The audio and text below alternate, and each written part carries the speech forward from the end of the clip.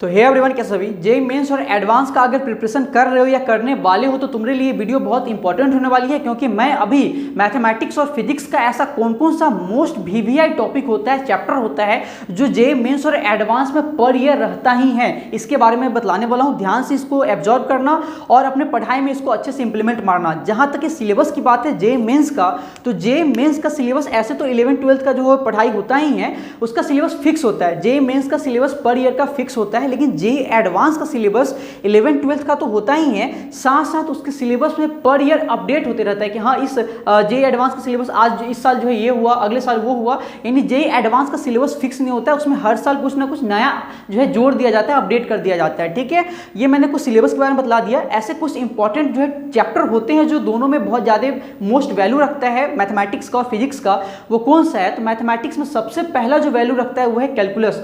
Calculus जो होता है वो मोस्ट वीवीआई होता है जेईई मेंस के लिए भी और एडवांस के लिए भी। होल कैलकुलस की बात कर रहे हैं हम, जहां उसमें तुम्हारा डिफरेंशिएशन भी हो सकता है, इंटीग्रेशन भी हो सकता है, एओडी, एओआई, लिमिट्स, हर एक तरीका का कैलकुलस जो है मोस्ट वीवीआई करता है मेंस और एडवांस के एग्जामिनेशन के लिए।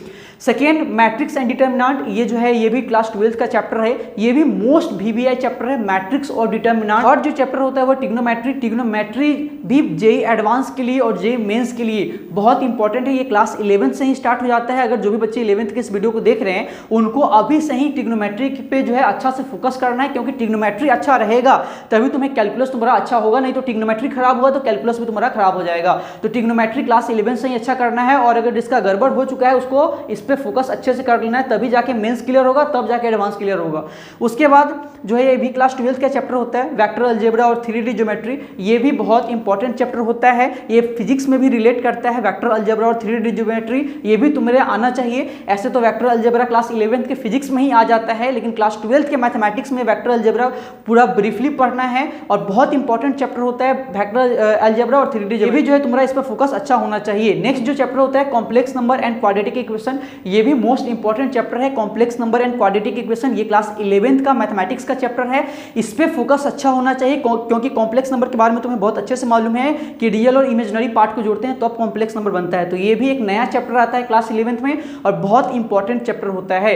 नेक्स्ट ये भी क्लास 11th का ही चैप्टर है, सर्कल हो गया, तुम्हारा कोनिक सेक्शन हो गया। कोनिक सेक्शन के अंदर पैराबोला, हाइपरबोला, एलिप्स वगैरह वगैरह पढ़ने के लिए मिलता है, तो ये भी मोस्ट इंपॉर्टेंट चैप्टर है, सर्कल और कोनिक सेक्शन। इस पे भी फोकस तुम्हारा 11th से ही होना चाहिए। नेक्स्ट प्रोबेबिलिटी और स्टैटिक्स। प्रोबेबिलिटी भी क्लास 11th में आता है, 12th में भी आता है, दोनों के प्रोबेबिलिटी जो है जेईई मेंस और एडवांस में पूछता है, और स्टैटिक्स जो है वो तो क्लास 11th का ही है, तो इस पर भी फोकस तुम्हारा शुरू से बना हुआ होना चाहिए। ये ऐसा कुछ चैप्टर मैंने अभी बतलाया है जो मोस्ट वीवीआई होता है। मोस्ट मतलब इससे तो क्वेश्चन रहता ही रहता है, तुम्हारा फोकस इसमें शुरू से ही होना चाहिए। जो भी 11th के बच्चे हैं जो आगे चल के अभी या फिर जेईई का प्रिपरेशन करना चाह रहे हैं उनका तो इस पर फोकस देखो, इसमें 11th का भी अधिकांश चैप्टर मिक्स है और 12th का भी चैप्टर मिक्स है, तो 11th और 12th अच्छा होगा तभी जाके तुम जो है मेंस और एडवांस को क्लियर कर पाओगे। अब जहां तक कि फिजिक्स की बात है तो फिजिक्स के बारे में भी थोड़ा सा मैं बतला दूं। फिजिक्स का तुम्हारा ऑप्टिक्स चैप्टर होना चाहिए अच्छा, रिफ्लेक्शन, रिफ्रैक्शन ये सब जो है इंपॉर्टेंट है, क्लास 12th का है, इस पे तुम्हारा पकड़ बनना चाहिए अच्छा खासा।